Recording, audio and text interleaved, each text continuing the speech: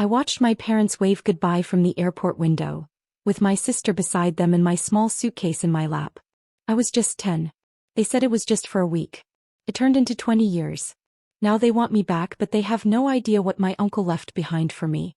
I still remember the cold airport bench beneath me. My little legs were swinging, not even touching the floor, and my tiny suitcase sat by my side like a lost puppy. I was only 10, too young to understand what was really happening. My uncle sat next to me, quiet, watching my parents as they walked toward the departure gate with my older sister. She was smiling, holding Mom's hand.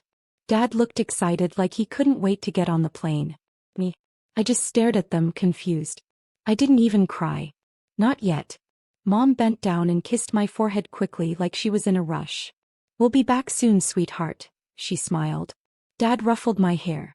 "Just a short trip, okay? Be good for your uncle." Then they turned, wheeled their bags behind them and walked away. I stood up, thinking they might turn around for one last wave. They didn't. They boarded the plane with my sister, and I never saw that version of them again. I didn't say a word as I sat back down. My uncle placed his hand gently over mine. He didn't speak either. He just gave me a sad little smile and said, "Let's go home." I followed him like a shadow. I still didn't cry. I think my body hadn't caught up to what my heart already knew. I wasn't going home. I was being left behind. That night, I slept in a strange bed in my uncle's small guest room. I kept looking at the door, waiting to hear the sound of my parents' voices, their keys in the lock, maybe even my sister's laugh. But it was quiet. Too quiet. The kind of silence that wraps around your chest and makes it hard to breathe. I hugged my stuffed bear tight and whispered, "They said they'd come back soon." But no one came. Not the next day. Not the next week. Not even that year.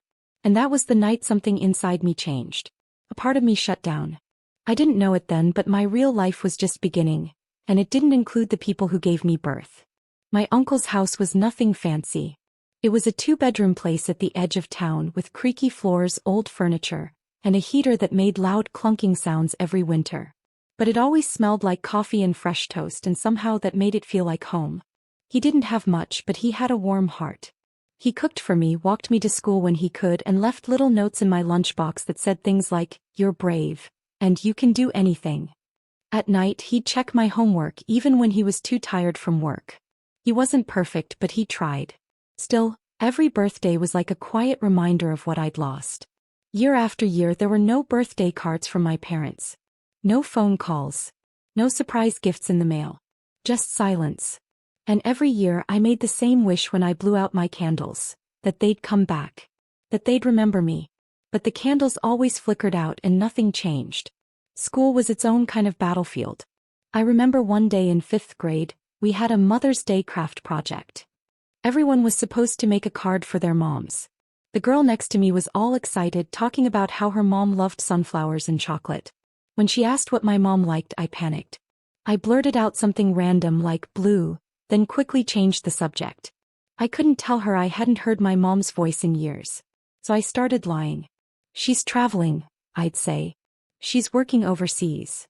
It was easier than admitting the truth, that she left me and never looked back. Uncle never asked too many questions about how I felt. I think he knew I wasn't ready to open up. Instead, he just supported me the best he could. He was always reminding me to stay focused on school. "Books will never walk away from you," he'd say. "So hold on to them." At first I didn't listen. I was too angry, too numb. But over time his words started sinking in. I started studying harder. I kept to myself mostly. I wasn't the kind of kid who had a lot of sleepovers or big friend groups. I became the quiet one, the girl who always had her nose in a book, who turned in her homework early, who avoided group photos and family tree assignments. Teachers called me mature for my age, but really I had just grown up too fast.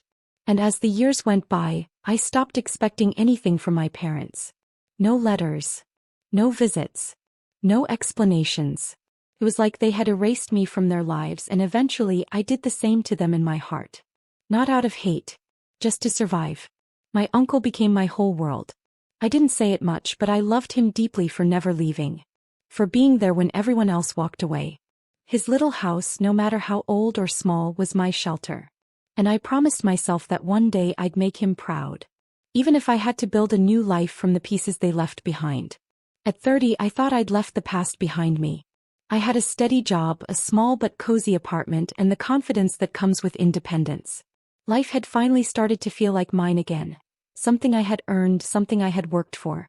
But then one day while scrolling through Facebook on my lunch break, I saw a friend request that made my stomach twist. It was from my mom. I didn't know how to react. My heart beat faster as I stared at her profile picture. She hadn't changed much. The same warm smile, the same familiar eyes. I hesitated for a long time before hitting accept. My fingers shook and I could feel my breath hitch in my chest. I had spent years burying any thoughts of them, and now here they were, suddenly popping back into my life like a ghost I couldn't shake off. I didn't expect what happened next. A few days after the friend request, I walked into the office, my heels clicking on the floor, and nearly froze in my tracks. Standing there in the reception area were my parents. My heart sank. I hadn't seen them in so long. I wasn't sure if I'd ever truly recognized them again. They looked different, older, tired, and thinner than I remembered. My mom's once lush hair was dull and unkempt. My dad had always been a proud man, but now he looked defeated, like a shadow of the person I used to know. My stomach churned, but I forced myself to stay calm. My coworkers were looking at me, trying to figure out what was going on. The air was thick with awkwardness. "Mom? Dad?" I asked, my voice tight, barely above a whisper. They both smiled, though it was more of a grimace than anything. We thought we could stop by," my mom said, her voice softer than I remembered. It almost felt like she was unsure of herself. "It's been a long time. What are you doing here?" I managed to ask, my voice shaky, though I tried to sound unaffected. "We need to talk," my dad said, his face serious. Can we sit down somewhere?" His voice was strangely quiet, almost apologetic, as if he was trying to choose his words carefully. I could feel the weight of their presence, but more than that, I could feel the old wounds reopening. I led them to the conference room, trying to hold it together, to act like an adult, like a professional. But inside my heart was pounding. What did they want after all these years? Once we were seated, my mom glanced at my dad, who seemed to be taking the lead. "We've been through a lot," he began, his voice shaky. "You know, we lost everything." My eyes narrowed, not understanding. "What do you mean?" I asked, though I already had a sinking feeling I knew where this was headed. "Bad investments," he muttered. "Everything went wrong. The money, the houses, gone." He paused, and I saw the familiar look of desperation in his eyes. "We've hit rock bottom." My heart was beating faster now, but I didn't want to let them see my anger. It wasn't the right time for that. "Not yet." "And your sister?" I asked almost too calmly. "Isn't she helping you?" My mom's face shifted, her expression darkening. He's married now. She's doing well. But she cut us off. She's been living her life without us for years, and she doesn't want anything to do with us anymore." I felt a small bit of satisfaction. My sister, the one who always got everything handed to her, had turned her back on them too. But I didn't let that show. The words my mother said next took me by surprise. "We know we messed up," she said, her voice breaking slightly. "We regret everything, darling. Every choice we made, every moment we lost with you. We want to reconnect. We've learned the hard way. We've made mistakes, but we want to fix things with you." I didn't know how to respond. Their faces were full of guilt, full of pleading, and there was a part of me that wanted to believe them. I wanted to believe that they had truly changed, that they were finally understanding the damage they had done. But another part of me, one that had been hurt so deeply for so long, knew better. "So what do you want from me?" I asked, my voice cold now. "Why come to me after all this time?" My mom's eyes filled with tears. "We need a place to stay," she said, her voice trembling. "We've lost everything, and we're ashamed. We don't have anywhere else to go." I didn't say anything at first. My mind was racing. It was like I could hear the faint echoes of the past, the countless nights I'd cried myself to sleep, wishing they would come back, wondering if they still cared. But now it felt like a cruel joke. "We need you," my dad added, his voice barely a whisper. "We need your help."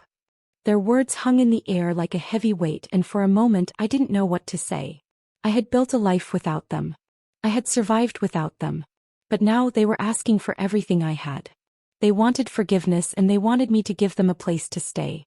They needed me to fill the emptiness they'd left behind. I looked at them, and for the first time in years I allowed myself to feel everything. The hurt. The anger. the disappointment, the betrayal. And slowly I began to realize just how much I had grown, how much I had changed. They wanted me to be the one to save them. But I wasn't that little girl anymore. The one who waited by the window hoping they would come back. I was a woman now. And I had a decision to make. After my uncle passed away, I thought I would be ready to clean out his house. He had always kept things neat and I thought I knew every inch of his small home. But when I stepped into his study, I found myself overwhelmed. It felt strange being in the space where he had spent so many quiet years, doing things I never fully understood. I began sorting through old papers, books, and mementos. It was a slow, tedious process. My hands shook slightly as I moved one thing after another, memories flooding back. My uncle had always been my rock, my protector. But as I shifted through the clutter on his desk, something caught my eye. Behind a row of old books, I noticed a small metal safe. I hadn't seen it before and there was something about it that made my heart race. It was so out of place, like it had been hidden there deliberately. I didn't know what to expect, but I felt a deep pull to open it. I took a deep breath, my fingers trembling slightly as I turned the dial. The safe creaked open, revealing a stack of papers, letters, and an old, worn photograph. I carefully pulled out the letters first. Most of them were personal notes between my uncle and other people, business partners, old friends, but there were a few official-looking documents that caught my attention. As I flipped through the papers, one stood out. It was a deed to a house fully paid off in my name. It was real estate I had never known about, and it felt like a strange dream to see my name written on it. Confused, I kept going. The next paper was a contract for my uncle's business, and I felt my heart stop as I read the words. The business, which he had built from the ground up, was also in my name, 70% of it to be exact. The document was legally binding, signed by both my uncle and someone I hadn't seen in years, my parents. I could feel the air in the room grow heavy, thick with the weight of the discovery. How had I never known about this? I turned to the final piece of paper, an envelope with a letter inside. I opened it carefully, my heart pounding in my chest. The handwriting was unmistakable. It was my uncle's. "Hi dear," it began, "if you're reading this, then I'm no longer here. I wish I could have told you sooner, but the truth was too painful. When I took you in all those years ago, I did so out of love. But it wasn't just because I wanted to help you. It was because your parents abandoned you. They told me you were too much of a burden, and they didn't want the responsibility. That's when I made the decision to adopt you and take you in as my own." I could feel the blood drain from my face. My hands shook violently and I sat down at the desk, the letter still in my grasp. It was as if the ground had been ripped out from under me. My parents, the ones who had left me in foster care, had actually signed away their rights to me. They had labeled me a burden, something too much for them to handle. They didn't care enough to even keep me. The letter continued, "I know this will come as a shock to you. I never told you about this because I didn't want you to feel like you were unwanted. You've always been mine, and I never wanted you to know the truth about how your parents treated you. I wanted you to have a life of love, not one tainted by rejection." I put the letter down, unable to process what I had just read. The room felt like it was closing in around me. My uncle had loved me enough to protect me from the truth, to shield me from the pain of knowing that my parents had chosen to leave me behind. But now, after all these years, the truth had hit me like a freight train. I wasn't just abandoned, I had been discarded. My parents didn't just forget me, they chose to erase me from their lives. Tears started to well up in my eyes, but I didn't let them fall. I couldn't. There was too much to take in. My uncle had given me everything, he had taken me in, raised me, and protected me. But at what cost? I had spent so many years wondering why my parents had left me, why they had never come back. I had convinced myself that they must have had a good reason, that maybe they still loved me in their own way. But now, with my uncle's letter in my hands, I realized that love had never been the issue. It was never about love. It was about them not caring enough to keep me. As the full weight of the revelation settled in, I felt an overwhelming wave of emotion crash over me. The years of feeling abandoned, the emptiness I had carried with me for so long, all started to make sense. My uncle had been the father figure I needed, but he had also been carrying a secret, one that he had hoped I would never have to bear. But now that I knew the truth, I had a choice to make. It wasn't just about the property or the business anymore. It was about understanding the betrayal, the hurt, and the lessons I had learned along the way. As I sat there in my uncle's study, surrounded by the remnants of a life he had carefully built for me, I realized that the person who had truly saved me all along wasn't the one who had abandoned me. It was the one who had never let me go. After finding out the shocking truth about my uncle and his hidden protection of me, I didn't know what to do with myself. Part of me wanted to rush into some form of revenge, to make them feel the betrayal they'd put me through. But I also knew it had to be done carefully. I couldn't afford to let my emotions take the wheel. I had to think this through. So, when my parents asked to move back in with me, I pretended to be the forgiving daughter they hoped for. The reality, though, was far different. I agreed to let them stay for now, but in the back of my mind I was already planning my next move. I wanted them to feel the same powerlessness, the same abandonment that I had felt growing up. But this time it would be on my terms. When they first arrived at my house, they were more than just grateful, they were expectant. My mother, especially, was quick to act like she still had some ownership over the space. "Oh, how nice it is to be home," she said, trying to throw a smile on her face, but I could see the way her eyes gleamed when she looked around. She acted as if this was still the home she had walked away from, as if she could just waltz in and resume her role as the matriarch. But I wasn't about to let them feel comfortable for long. I set clear boundaries from the start. "You're welcome to stay here for a while, but there are house rules," I said. "You'll respect my space, my time, and most importantly, my privacy." They nodded, acting all sweet and polite, pretending to be the family I had once dreamed they were. But deep down I could feel them testing the waters. Little by little they began asking about money, about my business, about my accounts. It started off with casual questions but quickly escalated into requests. Mom, ever the manipulator, would casually ask if she could have access to my bank account or if I could help them pay for things. It was always under the guise of helping family, and we've been through so much together. I could almost see the wheels turning in her head, like she expected me to just hand over everything I had worked for, like I owed them something for the years they had abandoned me. But I didn't. Every time they crossed a line, I smiled politely. I knew that the more they pushed, the closer I was to my plan. I started gathering evidence, small things that seemed innocent enough on the surface but would later come in handy. I made sure to record their requests, took notes of their behavior, and kept their comments about money and access to my life in writing. Then the perfect opportunity came when I arranged for them to attend what they thought would be a legal meeting.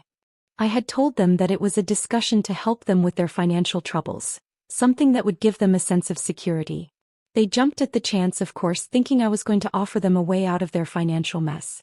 But the meeting wasn't with any lawyer. It was at a real estate office where they were handed a lease agreement, signed by me, of course, as tenants. The shock on their faces when they realized what they had just agreed to was priceless. It was a simple lease, a mere formality, but they had no idea how deep the betrayal would cut. As the agent explained the terms, they could only stare, speechless. "Wait a minute," my father stammered, looking at the lease in disbelief. This isn't what we thought it was." I didn't even bother to answer him directly. Instead, I reached for my phone and pulled up an email that had been sent years ago, one I had kept tucked away for the perfect moment. The email was from my parents, written when I was still a teenager. I had never thought I would need it, but now it was the perfect time. With a steady hand, I showed them the email. The words were sharp, cutting through the air between us like a blade. "She's a dead weight.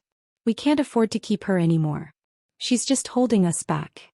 Their faces went completely pale. They had no idea what to say, no way to argue their way out of it. I stood up, my voice calm, unwavering. "This is your rent invoice. You're no longer family. You're my tenants now." I watched them. The realization hit them like a ton of bricks. The very people who had cast me aside all those years ago, the ones who had decided I was too much of a burden to care for, were now at my mercy. They couldn't move. My mother's lips trembled, but she couldn't speak. My father stood there, frozen, unsure of how to process what had just happened. I didn't need to say anything else. The silence between us was all the answer they needed. My revenge wasn't about screaming or yelling. It wasn't about tearing them down in front of others. It was about making them feel the helplessness I had felt all those years ago. It was about taking control, about turning the tables in a way they never saw coming. They would never see me the same way again. I wasn't their little girl anymore. And I wasn't going to let them control me any longer. A few months passed and the house felt like it had shifted. The air had changed. The energy was different, lighter, as if the weight of everything that had happened had slowly begun to lift. My parents were still here, but their presence had started to wear thin. They never really apologized for what they had done. No remorse, no understanding of the pain they caused. Instead, they held on to their pride. They never asked for more, never begged for anything, though I knew it was only a matter of time before they'd try to manipulate me again. Finally, one morning they packed their things. There were no grand scenes, no dramatic goodbyes. They just silently gathered their belongings, avoiding eye contact with me. I didn't stop them. I didn't need to say anything. The silence between us spoke volumes. They were leaving because they could no longer play the game. They couldn't pretend anymore that they were welcome, that they still had a place in my life. I watched them as they walked out the door. My heart didn't race with anger like it used to. There were no tears or bitterness. There was just peace. A peace I hadn't felt in years. As they loaded their things into the car, I stood still, quietly observing. For a moment I felt grateful. Not for them, but for the freedom that this moment represented. The final chapter of the story I had been living for so long was now closed. They had finally left.